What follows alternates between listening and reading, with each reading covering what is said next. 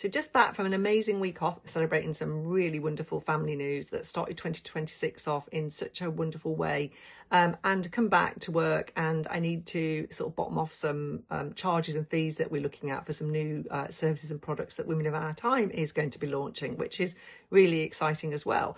One of the reasons we formed Women of Our Time was that we wanted to make something that was affordable and accessible to all, that wasn't exclusionary, that wasn't just for those of us that are privileged to be able to afford it, but was something that any woman who wanted support could afford. It wouldn't break the bank, and actually, to use that old metaphor, didn't cost more than a cup of coffee each day over the year, which when you don't drink coffee, it's saying actually maybe drink a cup of tea every day.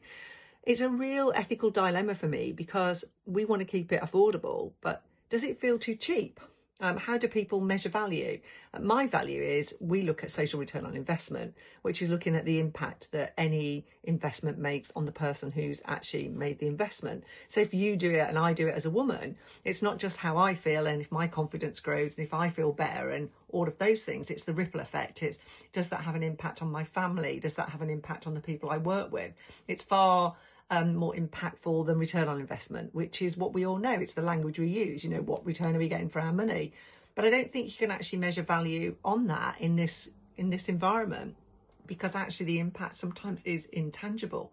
So we've been having this debate about what the memberships are, and we have actually settled on, you know, like a low cost, but we don't want it to appear too cheap. So it'd be really interesting for anybody's thoughts about how you market something so it doesn't appear too cheap, but that actually shows and represents the value that it will be.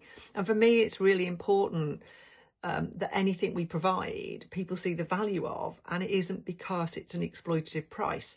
So actually, I think one of the things I wanted to sort of discuss and get any feedback on is any ideas how we do that. Anything you think that we could do so that we make sure we market it to people and you see the value of it. Because at Women of Our Time, we are not here to exploit the people who take our memberships. We've had way too much of that. I mean, I don't know if anybody's got any subscriptions renewing at the minute, but oh my goodness, I need to renew mine. And actually what I want to do, and like Ellie and Leslie wanted to do, was actually make sure we provide something that gives you good return on investment. So be really interested in your thoughts. We're finalising everything this week and hopefully got some great news to share with you in the next coming weeks.